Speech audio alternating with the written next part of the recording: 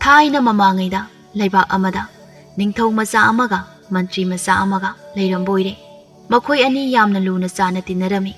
Mahai masing tamba matam oirakladuna makhoi ani mayumdagi khongsalakli. Asum lakpada lamlong ani phangba lambi amada thengnaraduna mafam asidagi kainarasi. Sahi ama pharaga mafam asimaktada amu aikhoi ani unasi. Asi hainaraga makhoi ani kainakri. Mahai masing tamnuraba matung sahi ama pharaklabada ningthau macha mantri macha ani ado hana hainakiba mafam aduda thunglari. Makhoi ani punna hanminnarakpada umang amagi manungda mantri machana ningthau machada hairakpoire. Ita haujikti mafam yamna sari. Ibani na tamlakpa mahai masing ase kari no haibado umang asida amuktang uthoklasido. Makhoi ani yanaraba matungda mantri machana hana utle. Laimaida longni hiplaga makhubakda mantra solaga mamaida amuktang nanbabu mayadagi Sanagi shaji ama thoraklaga ngihak chen chongduna sanaramlaga mantri machagi maya manungda shaji ado amuk sangkre. Mantri machagi mahai utpa loiraba matung ningthau macha chu magi amuk utledo. Longni hiptharaga makhubakda mantra solaga mamaida amuktang nanbabu phajakraba Sanagi tenawa ama ningthau machagi machindagi paithoraklaga usada tongduna sanaboire. Tanja asida marok chawba mabuksen phatraba mantri machana khali. Aina Sanagi shaji olaga magi hakchang manungsida changlabadi ai ningthau macha oirani. Adudagiri ningthau khubam phangduna ningthau oiduna nungaina palani. Asi khanduna maso Sanagi shaji tap olaga asi bagum ta aduna leiriba ningthau machagi maya manungda changkre. Asumna mantri machana ningthau macha oina hawatlaga masagi hakchang polang ado thangna matup taret thongna kaktatlaga sing akangba khara thiraga mai thadokre. Mabuk phattaba mantri machana tawriba ado obada usada tongliba Sanagi tenawana khangboire. Is ita nangde nabuksen phattedako aibu kalaktuna nangde nasagi hakchang polang phoba maina thadokjaba ngamidako onthokpani aide lamgi jekla oina punshi ase lenba taridako. Asi haiduna tenawa ado mamittagi mapi sintharakduna ahangba atia malangda sakhap toina paikhraboire. Mantri macha ado ningthau macha saraduna mayumda halakpada mantrina nataudi kadaida lehori hangbada itaw mantri machadi aiga kainare haina khumboire. Asumna mantri machana ningthau macha saduna leirakpana ahal oiraba ningthauna sirabada mahakna leiba adugi ningthau oiduna nungaina palakledo. Asomda Sanagi tenawa onkraba ningthau machana leibak kaya landuna paikhiduna ningthaugi konung amada paisilure. Aduga ningthaugi machanupina phi sariba yongkham mayan nakna sambal amada tongduna leiruraboire. Phajakraba Sanagi tenawa ado obada ningthaugi machanupi ado puksum sumatkredo. Tenawa ado numit khudingi tonglabada nongmadi ningthaugi machanupina hairakpoire. He tenawa ai nangbu yamna nungsi lao aigi yongkham asida tongla lao ai nangbu pharaga Sanagi ponda yokduna aigi oina thamjagi. Ningthau machanupigi wase tabada tenawana khumlakpoire. He ningthaugi macha ibema aibu nangi oina thamge hairabadi kana amatada pithoklo yonthokloi haina hana wasakpiyo. Ningthau machanupina wasaklaba matung Sanagi tenawa ado paisalakduna yongkham aduda tonglare. Adudagi ningthaugi machanupina tenawa ado pharaga Sanagi pol amada yoksare. Angakpa phangna phajakraba Sanagi tenawa adubo yengba leibak-leibaktagi mi kaya ama laknaduna konung aduda tillare.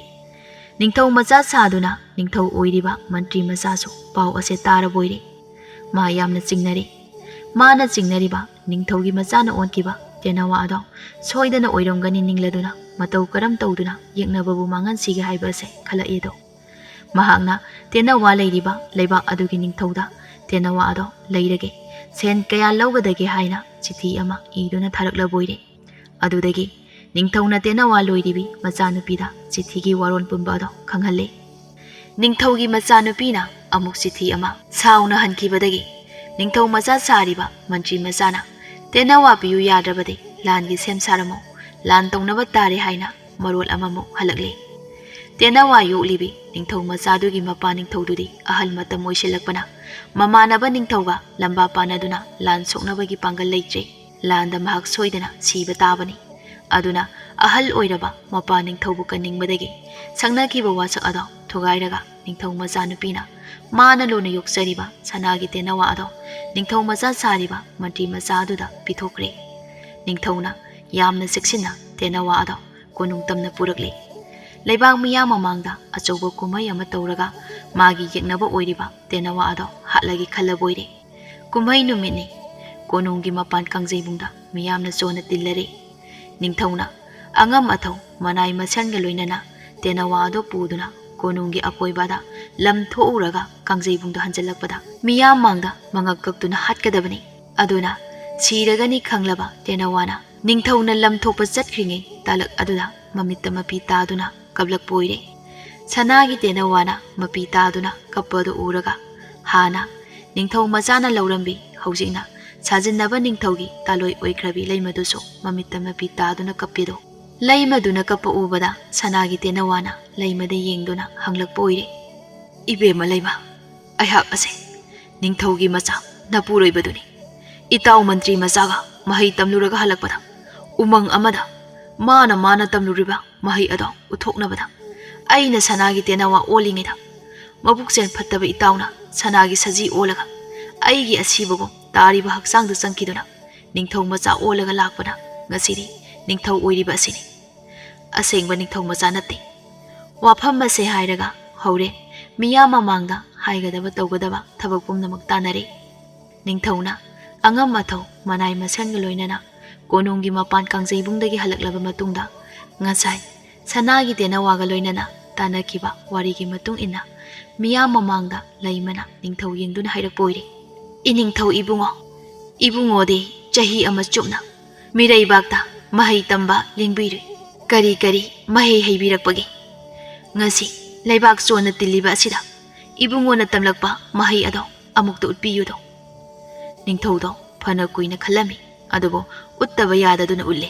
Miyam mamangda phirangjing phida phajaba ama tharaga madugi mathakta longna hiplaga makhubakta mantra solaga mamaida amuktang nanbabu mayadagi phajaraba sanagi saji ama chongtholaga lampak aduda koisen chenduna sanaboire. Asigumlaba ningthaugi angakpa mahai ase obada parja pumnamak haraubaga loinana ningthaubu thagatnaki.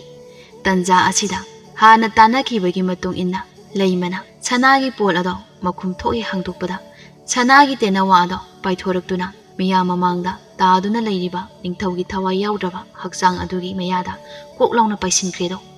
Sanagi sajina hanjilaktuna yenglaba matamdadi haksang ado hingkatlamduna saji changpham leitraduna umangda senkhre. Nauna hingalaiba ningthau machana tilliba miyamda asengba wari pumnamak lithoklaglaba matung leiba adugi ningthau oiduna nungaina pankiboire.